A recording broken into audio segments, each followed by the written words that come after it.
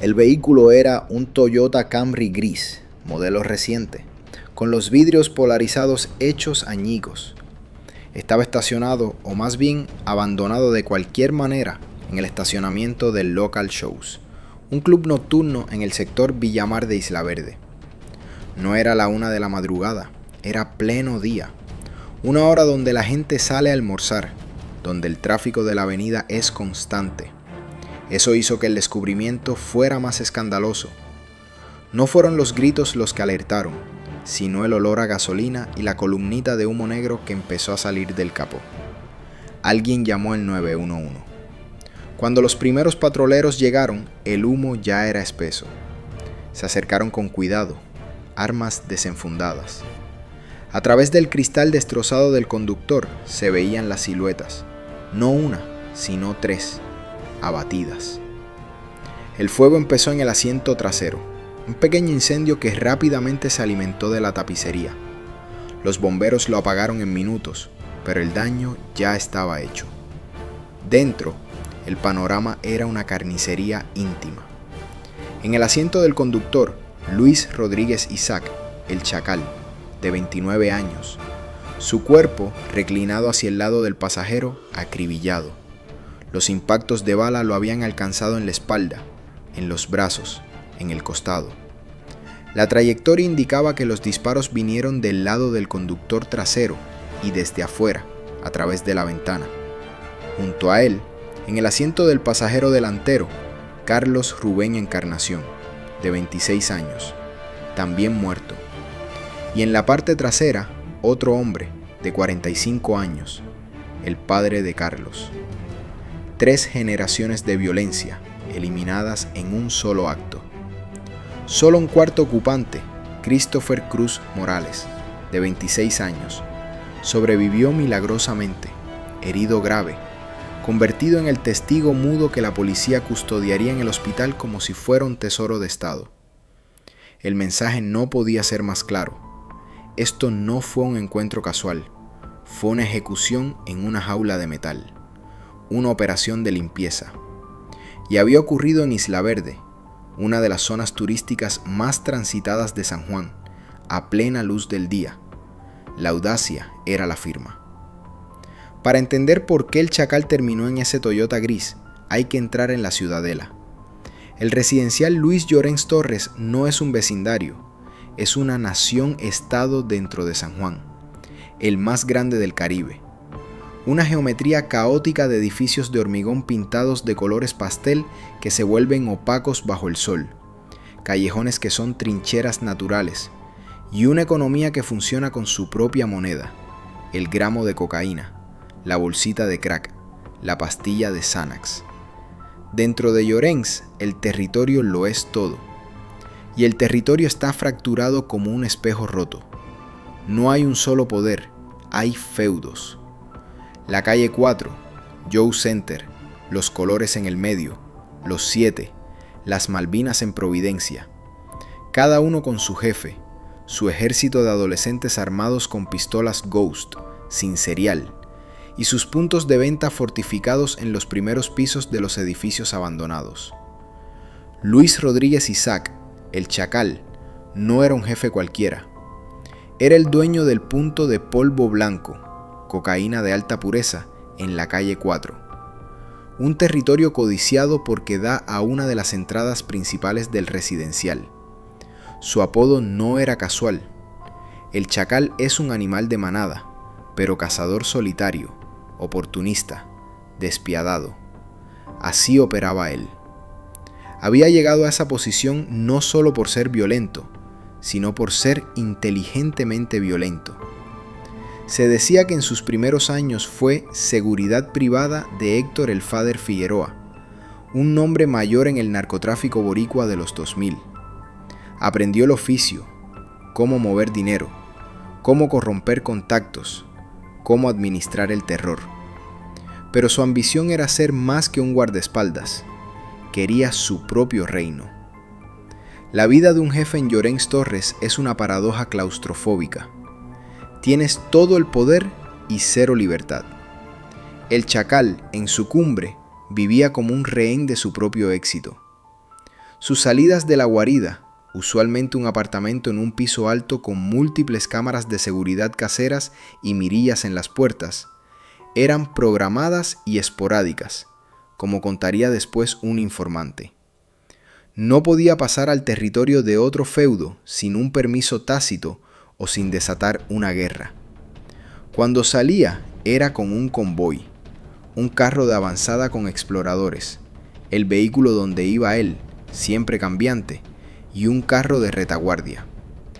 Todos los ocupantes, armados con mínimo pistolas 9 milímetros y a menudo rifles AR-15 desmontados en el maletero.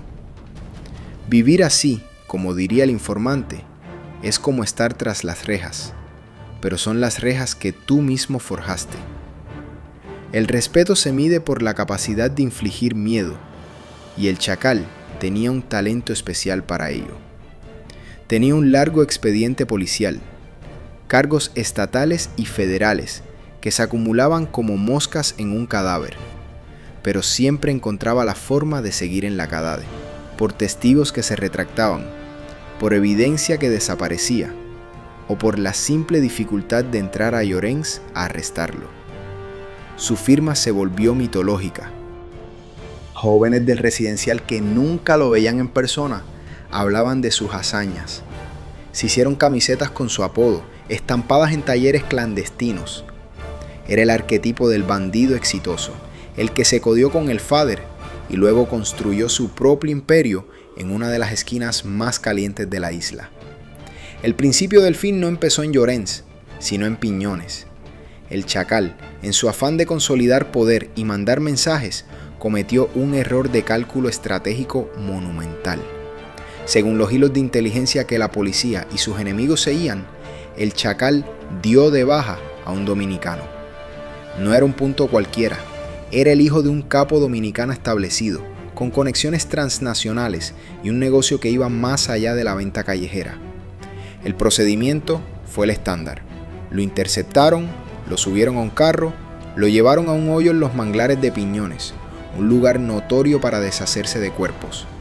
Lo ejecutaron y lo tiraron sin ropa, para dificultar la identificación y como gesto final de humillación.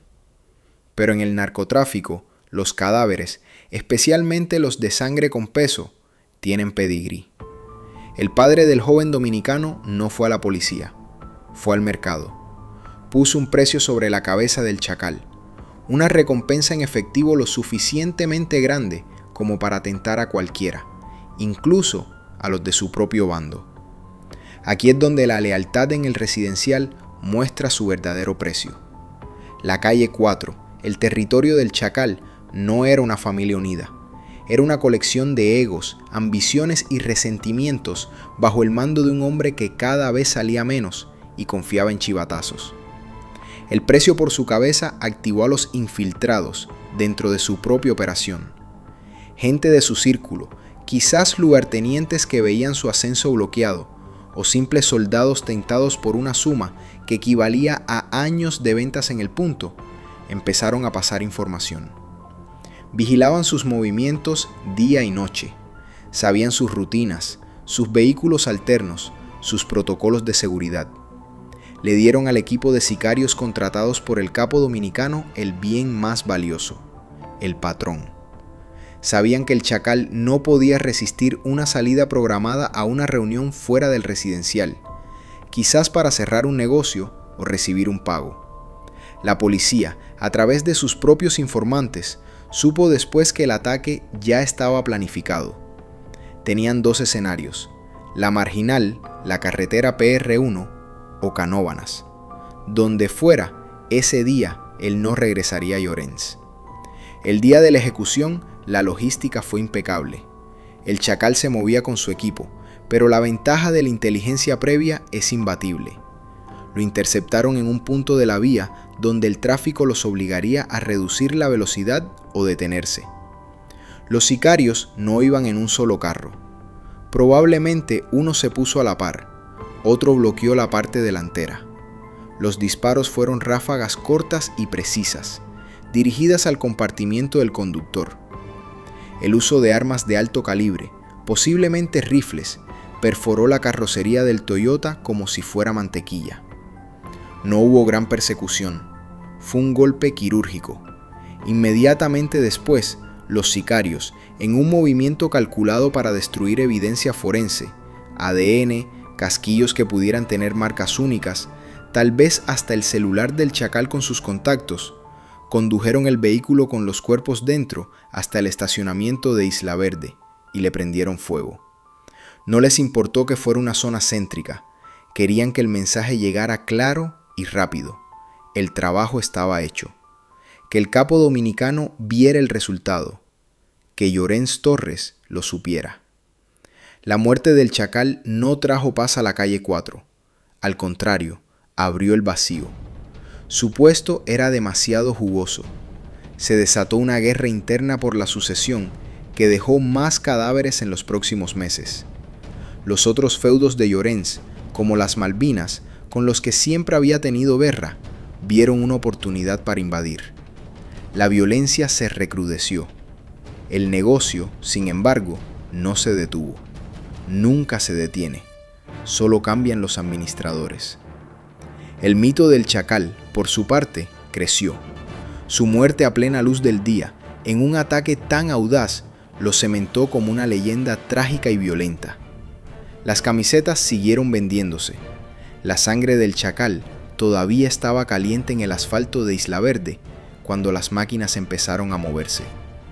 No las máquinas de la ley, que llegaron después, con sus luces estroboscópicas y su cinta amarilla. Hablamos de las máquinas del negocio. El punto de polvo blanco en la calle 4 de Llorens Torres no podía quedarse quieto ni un día.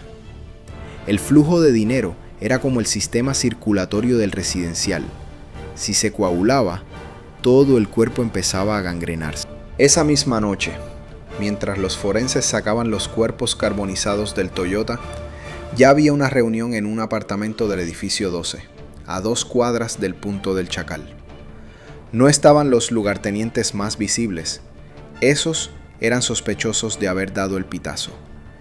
Estaban los de segundo nivel, los contables, los encargados del cut, la cocaína cortada, los que manejaban a los runners adolescentes. Un tipo al que llamaban contador por su manía de anotar todo en libretas, tomó la palabra. El negocio no para.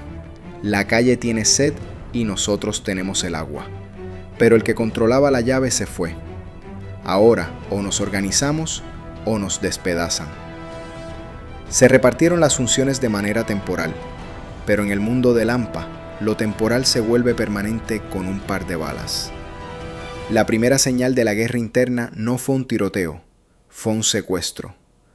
Al tercer día, Gorrito, el encargado de distribuir el producto a los puntos satélite en otros edificios, desapareció. Lo encontraron 48 horas después, atado a un poste en la playa de Boca de Cangrejos, desnudo, con una bolsa de plástico sellada con cinta adhesiva en la cabeza. No tenía marcas de tortura física. El ahogamiento con plástico es un mensaje limpio. Es sobre el sufrimiento psicológico, la asfixia lenta, la impotencia. Pegado a su pecho, un papel con una frase escrita con marcador. Por hablar de más con los de la 20. La referencia a la 20, el sector de las Malvinas, enemigo histórico del chacal, fue una jugada maestra. ¿Fue un castigo real por negociar con el enemigo? ¿O fue un montaje de alguien dentro del propio grupo para eliminar a un rival y echarle la culpa a los de afuera? En Llorens, la verdad es lo primero que muere. Mientras, en la morgue del Instituto de Ciencias Forenses, los patólogos se enfrentaban a un rompecabezas calcinado. La autopsia de Luis Rodríguez Isaac, el chacal, fue particularmente complicada. El fuego dentro del vehículo no fue lo suficientemente intenso ni prolongado como para consumir los cuerpos por completo, pero sí los chamuscó severamente, contrariendo la piel y dificultando la identificación visual de marcas de vieja data, como tatuajes. El calor también coaguló la sangre y alteró los tejidos, haciendo más complejo determinar la trayectoria exacta de cada bala. Sin embargo, lo que sí pudieron establecer fue el calibre. Los proyectiles recuperados, deformados por el impacto y el calor, eran de rifle de asalto, probablemente 5,56 milímetros, la munición del AR-15. Esto no era trabajo de pistoleritos de esquina, era fuego de guerra. La balística, al no tener las armas para comparar, solo pudo confirmar la potencia utilizada. La otra pista física estaba en las manos del chacal. Bajo las uñas, carbonizadas en las puntas, los forenses encontraron minúsculas fibras de tela negra, del tipo usado en pasamontañas o máscaras tipo esquí. Él se había defendido. Había forcejeado con al menos uno de sus atacantes antes o durante la descarga, intentando quizás quitarle la máscara. Esas fibras fueron embaladas como evidencia, pero sin un ADN comparativo de un sospecho específico, eran solo un dato mudo. La investigación policial, manejada por la División de Homicidios del Área Metropolitana, junto al negociado federal FBI, chocó de frente con el muro de Llorens. El testigo sobreviviente, Christopher Cruz Morales, se recuperaba bajo custodia, pero su testimonio era vago, traumatizado. Dijo recordar muchos fogonazos, vidrios rompiéndose, gritos. No pudo identificar caras. Lo que sí proporcionó, de manera crucial, fueron detalles del día. El chacal había recibido una llamada horas antes. Se había puesto tenso pero animado. Dijo que iban a recibir un paquete en Isla Verde. Eso sugería que la reunión era, en efecto, para un intercambio de drogas o dinero, y que fue utilizada como cebo. Los federales, con su capacidad para intervenir líneas telefónicas de manera retroactiva con una orden judicial, intentaron rastrear esa llamada. Pero era un burner phone, un celular desechable. La pista se enfrió al instante. El vacío de poder que dejó el chacal tuvo repercusiones más allá de Llorens. Su alianza tácita con ciertos capos de fuera del residencial, que usaban su punto como centro de distribución mayorista, se quebró. Uno de ellos, un dominicano establecido en Carolina conocido como Dante, según los rumores de inteligencia, había tenido fricciones con el chacal. Con su muerte, Dante vio la oportunidad, no de invadir la calle 4, sino de absorber a su clientela.